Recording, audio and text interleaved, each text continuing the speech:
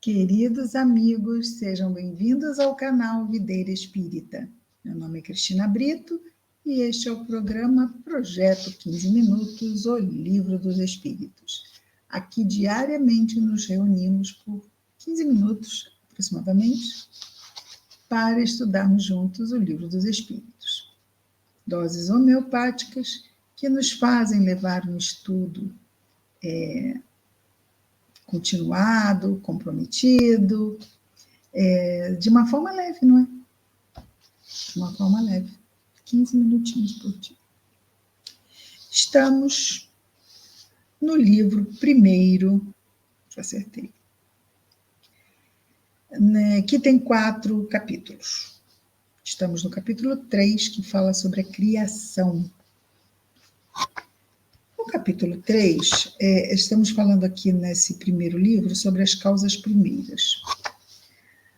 Vamos terminar o capítulo 3 com uma dissertaçãozinha de Kardec sobre considerações e concordâncias bíblicas referentes à criação.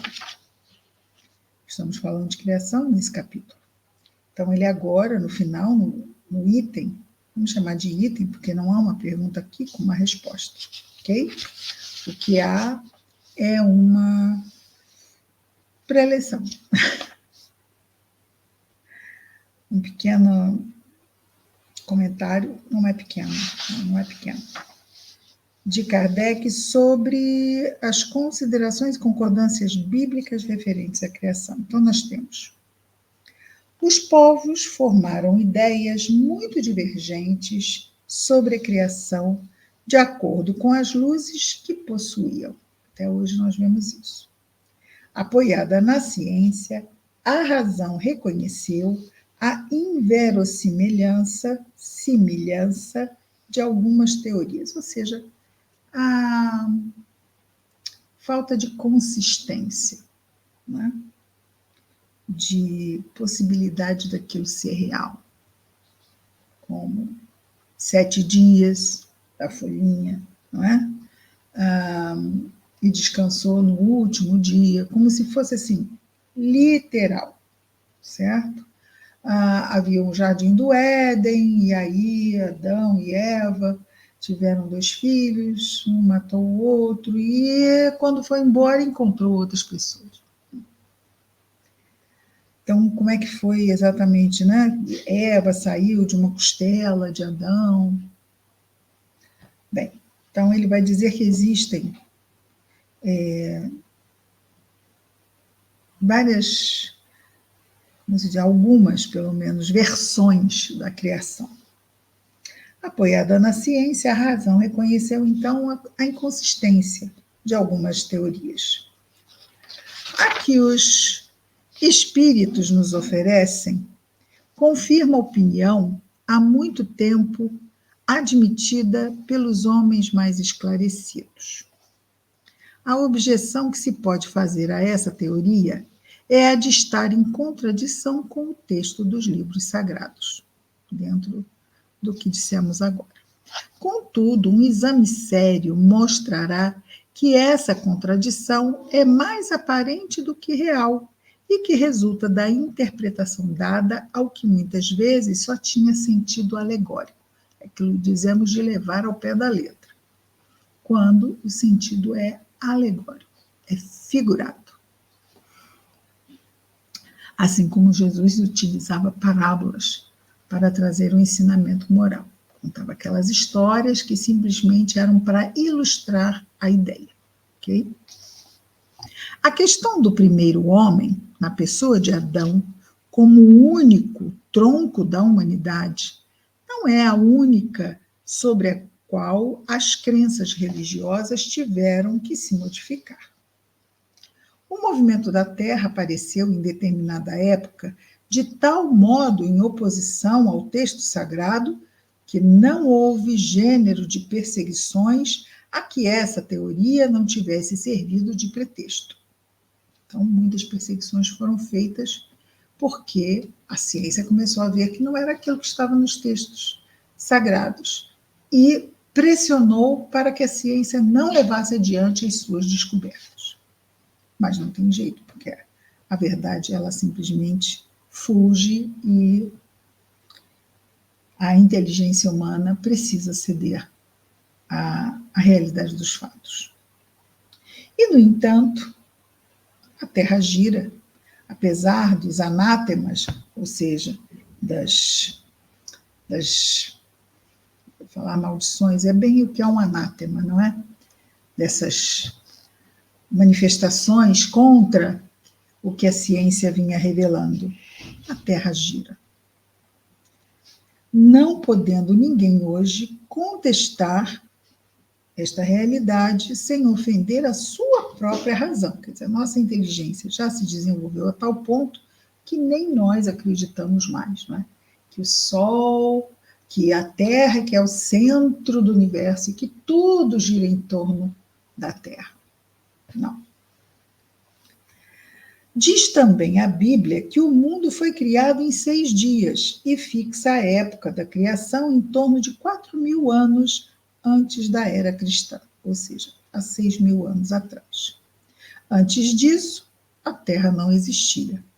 Foi tirada do nada. É isso que diz os textos, não é? Religiosos, a Bíblia. A Terra não existia antes disso, foi tirada do nada. O texto é formal, é assim que está lá escrito. Eis o que a ciência positiva, a ciência inexorável, vem provar.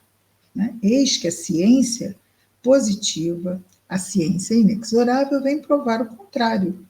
A formação do globo terrestre está escrita em caracteres irrecusáveis no mundo fóssil. E está provado que os 6 dias da criação indicam outros tantos períodos, cada um talvez com muitas centenas de milhares de anos. Isso não é um sistema, uma doutrina, uma opinião isolada. É um fato tão seguro como o do movimento da Terra e que a teologia não pode negar-se a admitir. Prova evidente do erro a que se está sujeito a cair quando se tomam ao pé da letra as expressões de uma linguagem quase sempre figurada. Dever-se-á, por isso, concluir que a Bíblia é um erro? Não, mas que os homens se equivocaram ao interpretá-la. Escavando os arquivos da Terra, a ciência descobriu a ordem em que os diferentes seres vivos apareceram na superfície. Isso é muito interessante, não é? Porque eles enfiam lá no fundo da Terra uns tubos. Esses tubos, quando são tirados, não é? Eles vão até lá embaixo, vai preenchendo de terra. E o solo ele vai se constituindo em camadas, e essas camadas contam a história do planeta. É maravilhoso isso. Então, nós temos laboratórios de geologia, de estudos de formação planetária, com esses enormes tubos que depois são estudadas as camadas geológicas que contam a história do planeta.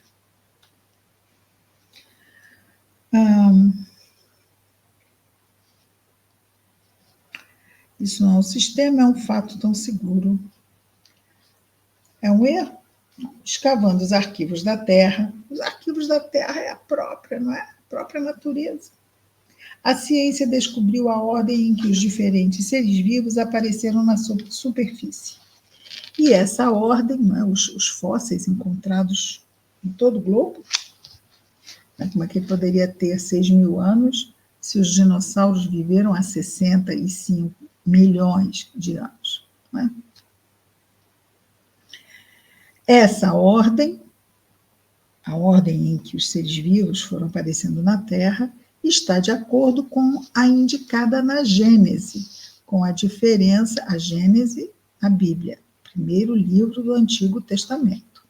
com a diferença de que esta obra, em vez de ter saído milagrosamente das mãos de Deus, em algumas horas, realizou-se sempre pela sua vontade. Quer dizer, essa obra é a formação da Terra e dos seres vivos, ok?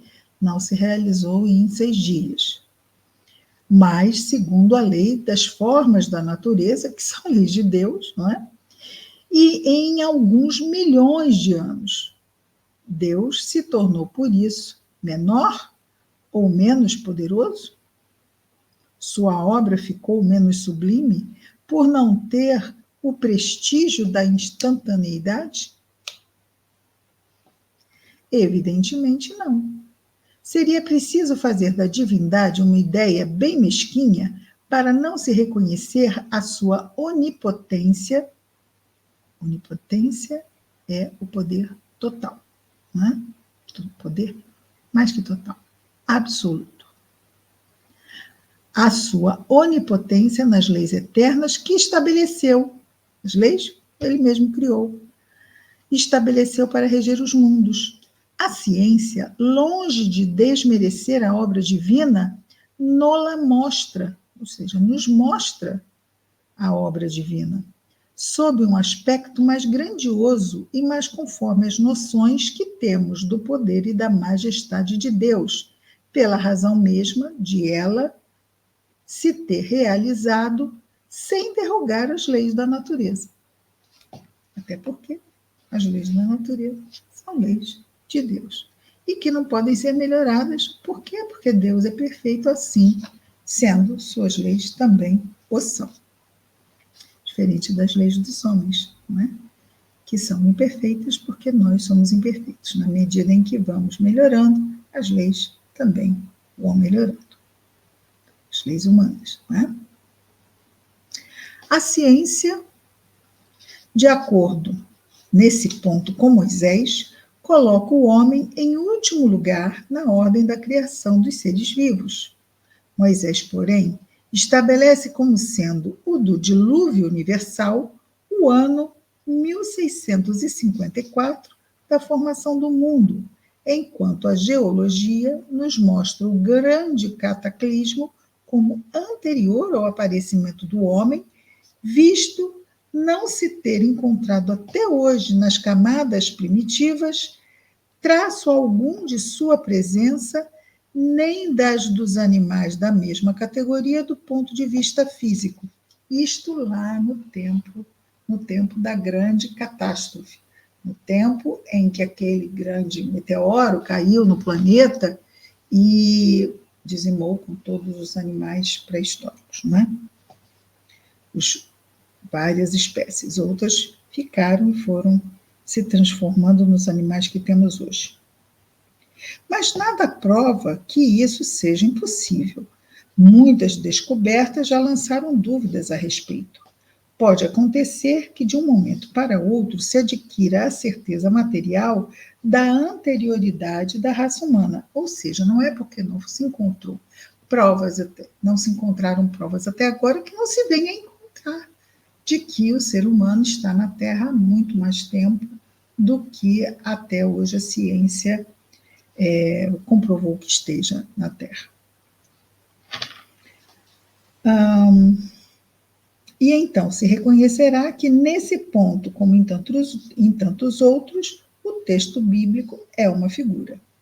Quer dizer, não é o pé da letra do que está ali.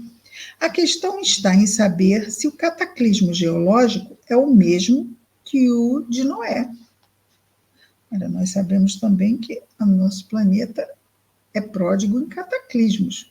Será que o cataclismo contado pela ciência é o mesmo que aparece na história de Noé, no dilúvio? Ora, o tempo necessário à formação das camadas fósseis não permite confundi-los, os períodos, os eventos. E desde que se encontrem vestígios da existência do homem antes da grande catástrofe, ficará provado que Adão não foi o primeiro homem ou que a sua criação se perde na noite dos tempos. Contra a evidência, não há raciocínios possíveis e será preciso aceitar-se esse fato como se aceitaram os do movimento da Terra e os 6 períodos da criação. Bom, aí nós temos uma questão científica, né, esses períodos da criação, e que ele não aprofunda aqui e que também nós não aprofundaremos, obviamente. Porque é importante que nós tenhamos essa ideia, e ele vai trazer aqui o título: Considerações e concordâncias bíblicas referentes à criação. Concordâncias ou não concordâncias por falta de provas ainda, pelo menos ainda, não é? E no que for a ciência desenvolvendo as suas teorias e depois ir comprovando, nós vamos cada vez vendo mais o que é aquilo mesmo que está escrito e o que é simplesmente uma linguagem figurativa. Muito bem, nós ainda temos um tanto para terminar essas considerações e o faremos então amanhã. Ainda estamos na questão 59 e nela, então, vejamos que não é uma pergunta com uma resposta, são considerações, certo? Que Kardec faz a partir das instruções dadas pelos espíritos, das comunicações dadas pelos espíritos também. É isso, meus queridos amigos. Amanhã estaremos de volta com mais um programa, Projeto 15 Minutos, o Livro dos Espíritos.